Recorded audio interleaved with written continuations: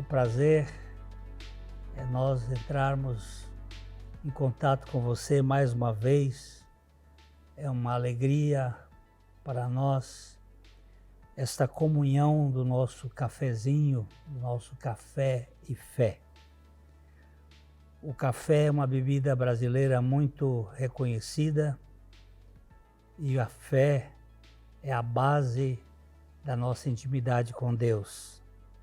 O nosso objetivo aqui é proclamar boas novas, boas notícias, o Evangelho que tem esperança, que tem perspectiva, e falar das riquezas insondáveis, das riquezas que nós não podemos jamais esgotá-las. E isso traz muita alegria ao meu coração. Os links de nossas redes sociais estão aí na tela e você pode entrar em contato conosco, você pode conhecer o nosso material e também você pode trazer algum questionamento, alguma pergunta. E você pode também, nós gostaríamos muito que você fosse um parceiro nosso aqui, que nos ajudasse intercedendo, orando, para que o Senhor nos dirija, nos governe e que a gente possa falar aquilo que edifica. Você também pode compartilhar esse material com outras pessoas e ainda, se for possível, nos ajudar contribuindo para a manutenção do programa. Nós vamos para um pequeno intervalo aí, onde teremos um devocional e já já a gente volta.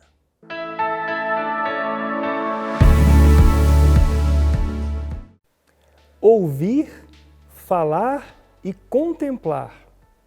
Jesus respondeu: Eu lhes digo a verdade, o filho não pode fazer coisa alguma por sua própria conta. Ele faz apenas o que vê o pai fazer. Aquilo que o pai faz, o filho também faz. O pai ainda vai mostrar ao filho obras maiores do que estas para o filho fazer. João 5, 19 a 20. Eu me lembro bem de momentos da minha infância e juventude, quando observava meus pais fazendo atividades cotidianas. Eu via como ele fazia os consertos em casa, as compras e vendas de automóveis e como conversava com as pessoas. Muitas vezes pude acompanhá-lo nas pescarias e atividades de trabalho. Eu ouvia falar, ouvia o seu ensino, perguntava acerca de assuntos que me chamavam a atenção e, principalmente, observava suas atitudes. Grande parte da formação do nosso caráter é constituído por pessoas que admiramos e que nos dão referências boas ou ruins. E essas referências nos ajudam a pensar e agir de maneiras diferentes da vida. Mesmo que conscientemente não admitamos, reproduzimos aquilo que vimos e ouvimos. O próprio Filho de Deus, Jesus Cristo, faz esta constatação aos seus discípulos, quando diz que ele faz o que vê o seu Pai fazer. Com isso, Jesus mostra para nós que há um relacionamento íntimo de confiança e fidelidade entre ele e o Pai. Ele sabe que o Pai tem um caráter digno de ser contemplado, admirado e copiado. Nos evangelhos, várias vezes podemos ler que Jesus retirou-se sozinho para orar ao Pai. Jesus ouvia o Pai, falava com o Pai e contemplava as ações do Pai. Com o seu pai adotivo, José, Jesus aprendeu a profissão de carpinteiro. A maneira de lidar com a sua mãe e os irmãos também ele aprendeu com o seu pai. O cuidado da casa e tantas outras coisas. Mas com o Pai Celestial, Jesus aprendeu sobre a graça e a misericórdia, sobre soberania, sobre a vida e a morte, sobre a redenção de todo aquele que nele crer. Ao ler a palavra de Deus, estamos ouvindo-o falar conosco. Ao orarmos, estamos falando com ele. E ao contemplarmos suas obras, estamos aprendendo sobre o seu poder e amor. Ao aprendermos sobre o que Jesus Cristo fez por nós e em nós, por meio do seu sacrifício, podemos entender sobre a nossa identificação com Ele em sua morte e ressurreição. Assim como o Filho creu e obedeceu ao Pai, fazendo as mesmas obras, da mesma forma, podemos aprender com o Filho e com o Pai e também obedecermos na direção do Espírito Santo o que Ele nos manda fazer. Assim como Jesus Cristo vive na íntima relação paterna com Deus Pai, nós hoje podemos viver na intimidade com a Trindade Santa, lendo as Escrituras, orando, contemplando e meditando sobre o que Deus está nos ensinando. Não desperdice o seu tempo dando ouvidos e dirigindo a sua vida com o que não tem valor eterno. Os céus proclamam a glória de Deus e o firmamento anuncia as obras das suas mãos, diz o Salmo 19. Ouça a Deus por meio da sua palavra, fale com Deus por meio da oração e contemple as obras de Deus em sua vida, na vida de outros e no universo. Contemple a graça de Deus em sua vida.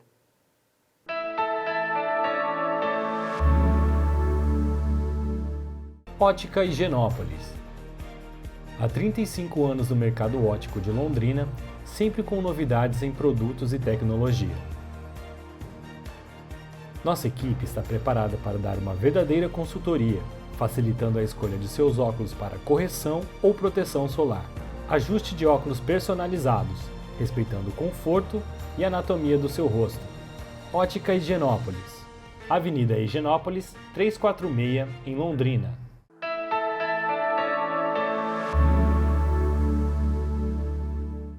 Hoje nós vamos abordar aqui um assunto que é os filhos de Deus, eles são conhecidos pelo discurso, pela maneira como ele fala.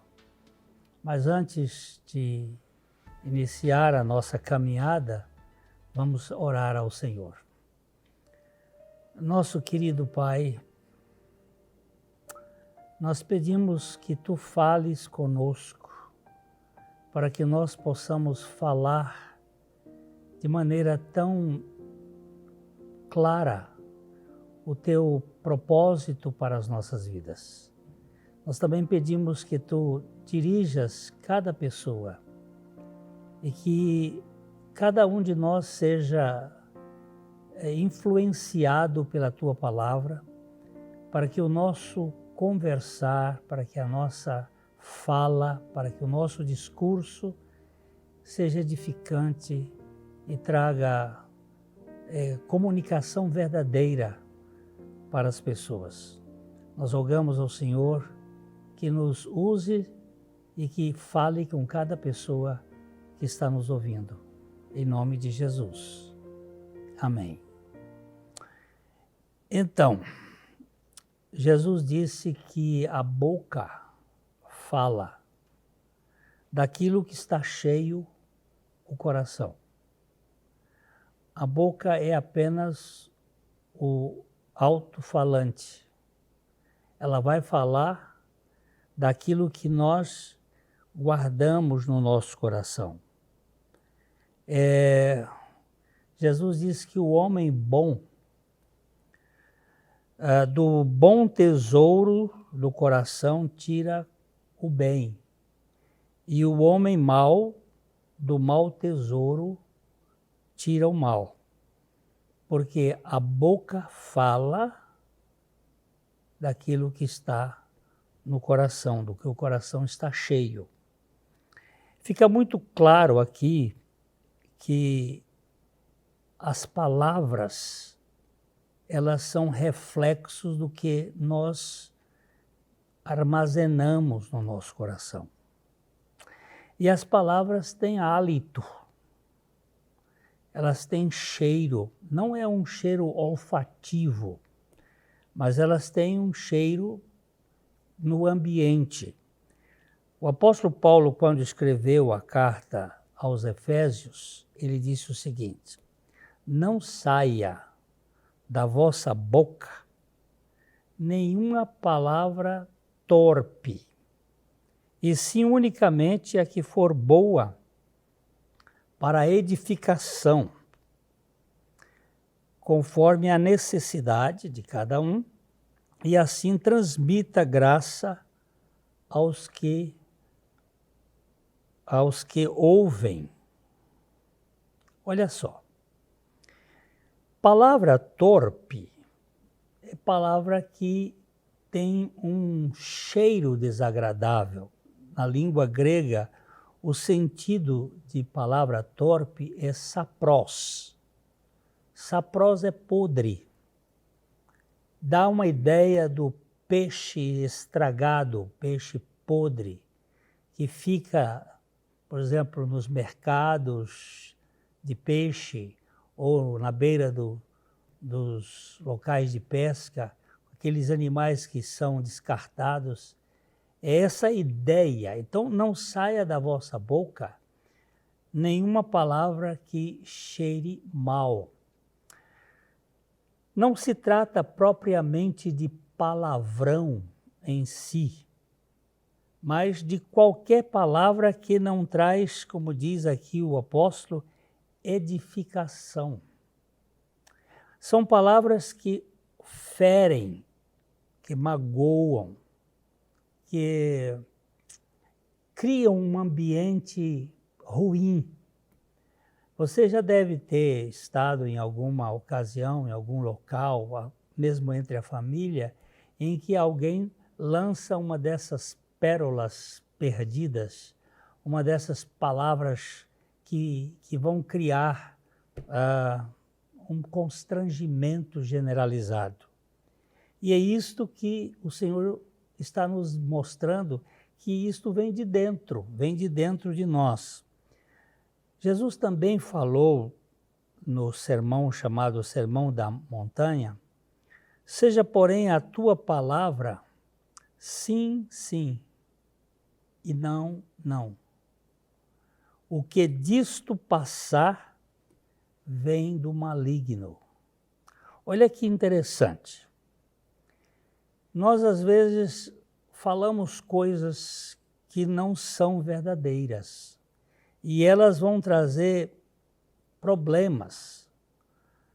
A verdade nos relacionamentos, especialmente entre cristãos, entre família, é divinamente ordenado. Como vimos em Efésios, quando ele disse que não era para sair nenhuma palavra torpe, antes ele diz o seguinte, no versículo 4 de Efésios, no capítulo 4 de Efésios 25, por isso, deixando a mentira, fale cada um a verdade com seu próximo, porque somos membros uns dos outros.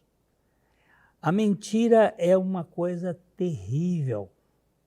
Ela gera um ambiente de desconforto tremendo. Ainda o apóstolo diz assim em Colossenses, no capítulo 3, verso 9, não mentais uns aos outros, uma vez que vos despistes do velho homem com seus feitos.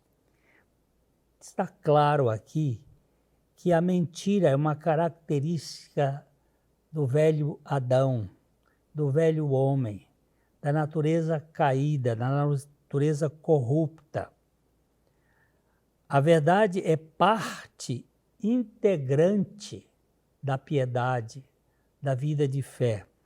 O salmista nos diz no Salmo 15, quem habitará no teu tabernáculo, na tua casa, na tua habitação, falando com Deus, quem há de morar no teu santo monte?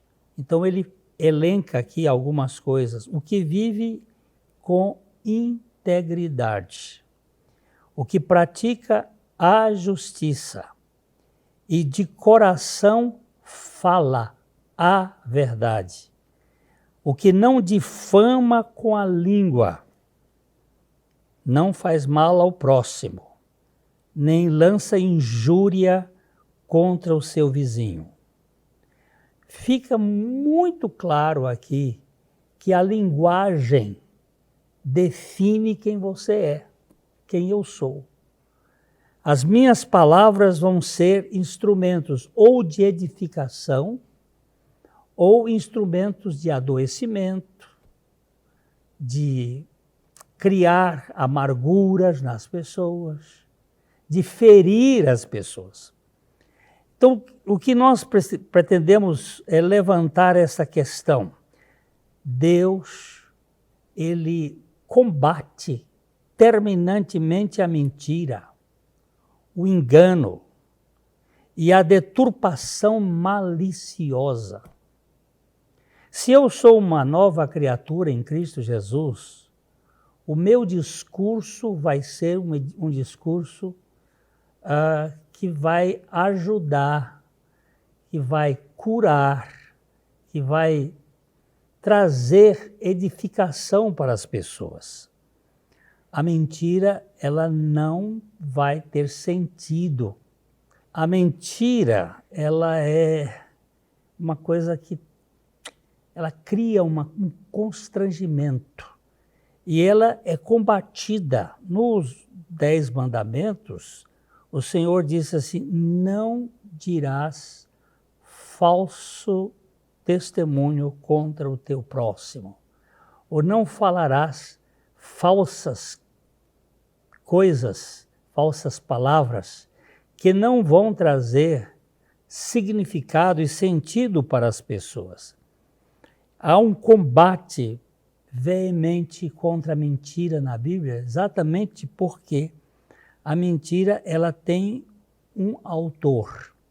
Quando Jesus estava falando com os fariseus, ele diz assim, vós sois do diabo, que é o vosso pai, e quereis satisfazer-lhes os desejos. Ele foi homicida desde o princípio e jamais se firmou da verdade, porque nele não há verdade. Quando ele profere mentira, fala do que lhe é próprio, porque é mentiroso e pai da mentira. É muito claro aqui que Jesus está dizendo que a mentira tem uma fonte, tem um autor. E o autor da mentira é o diabo. E Jesus está dizendo assim para aqueles fariseus, vocês são filhos do diabo, porque a linguagem de vocês é a linguagem do engano. Eu vou dar uma parada aqui, um instantinho, e já já nós voltamos.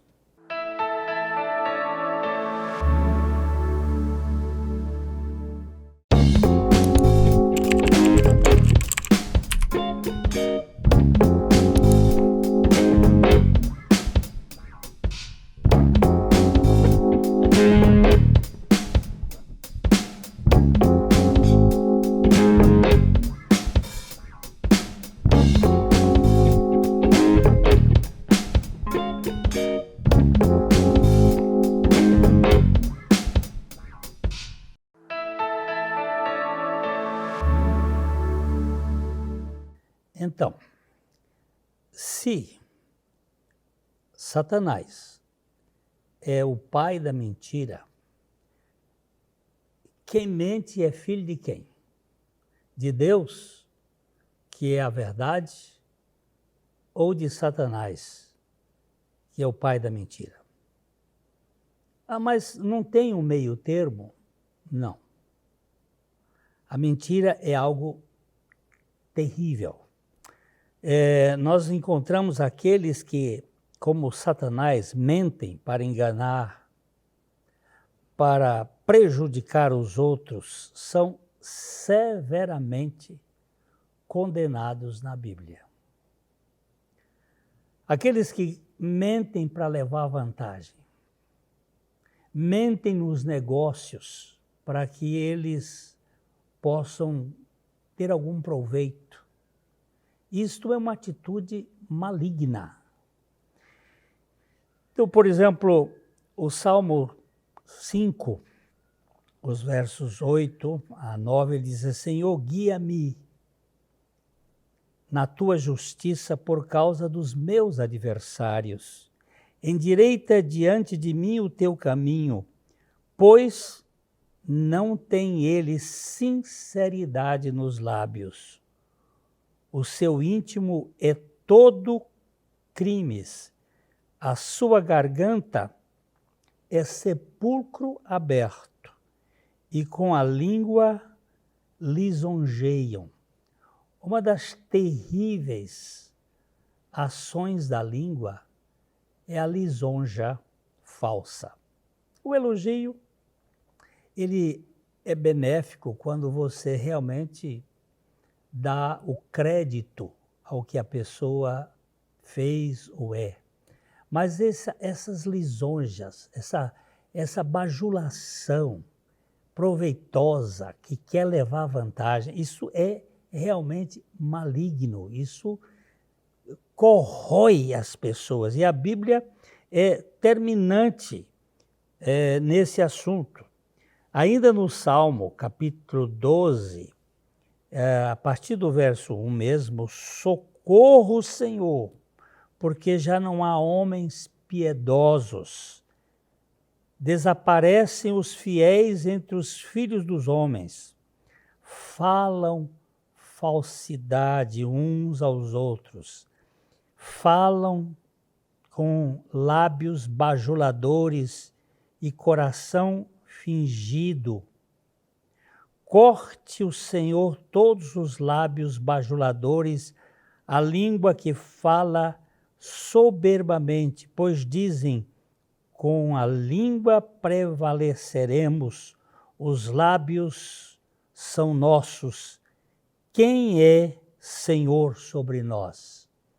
Esses que têm um discurso de convencimento, mas um coração longe, falando o engano, e isso hoje corre você pode reparar nas mídias sociais como é difícil você pegar um assunto hoje que seja de credibilidade, uma coisa séria.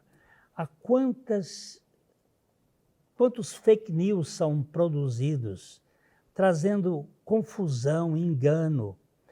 Antigamente, mais para trás, a gente dava até crédito aos jornais. Hoje em dia, que coisa mais trágica. Jornais de peso são produtores de fake news. Nós não temos um local que identifique também as fake news, porque muitos destes são também fake news, são produtores de contradição. Mas eu garanto para você que a palavra de Deus não tem falsidade. E é aqui que nós precisamos ganhar a nossa capacidade de falar de acordo com a linguagem dos eruditos, como diz o profeta. Dá-me língua de eruditos, para que eu possa trazer palavras de edificação, palavras de sabedoria, palavras que podem ajudar as pessoas. O profeta Jeremias, ele diz assim: estas pessoas curvam a língua como se fosse um arco para mentir, fortalecem-se na terra, mas não para a verdade, porque avançam de malícia em malícia. Não me conhecem, diz o Senhor. Parece que eu estou vendo essa palavra do profeta 500 anos antes de Cristo, muito parecida com o que acontece, por exemplo, lá nos meandros do governo em Brasília, ou aqui em Londrina, ou lá em Curitiba.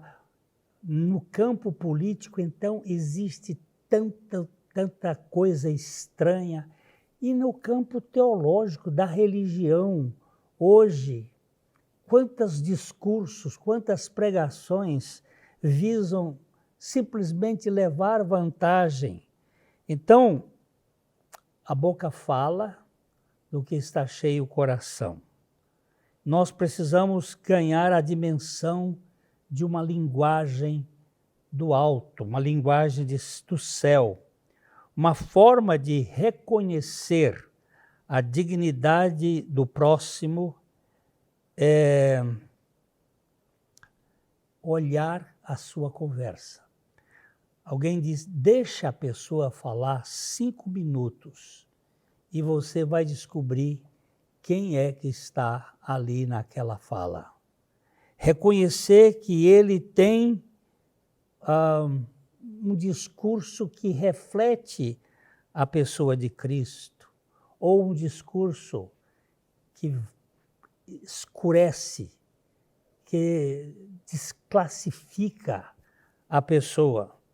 Dizer a verdade mostra o devido respeito pelo próximo, mostra o devido respeito que você tem de Deus, e é fundamental para a verdadeira vida espiritual que nós falemos a verdade em amor, que nós falemos aquilo que realmente edifica. Portanto, eu gostaria de dizer para você que eu e você somos identificados pelo que nós falamos. A nossa linguagem, o nosso discurso vai dizer quem nós somos. E nós vamos ser ou instrumentos de cura. As palavras podem ser curadoras ou instrumentos de morte, de aleijar. Hoje eu tenho visto muitas pessoas que estão destruídas por causa das palavras. Que o Senhor Jesus Cristo nos conceda o privilégio de falarmos como Ele falou. Que nós tenhamos uma linguagem de edificação, que o nosso discurso chegue às pessoas como medicamento, como esperança, como meio de educação, e não para destruir, para ofender, para magoar. Senhor, dá-nos a palavra que ajude as pessoas, que as palavras da minha boca e a meditação do meu coração sejam agradáveis a Ti, ó Senhor, rocha minha e libertador meu. Que Deus faça da sua vida um verdadeiro discurso de edificação para este mundo tão sofrido. Grande abraço, fica aqui nessa primeira semana do ano de 2024. Até lá, no próximo programa, o nosso abraço.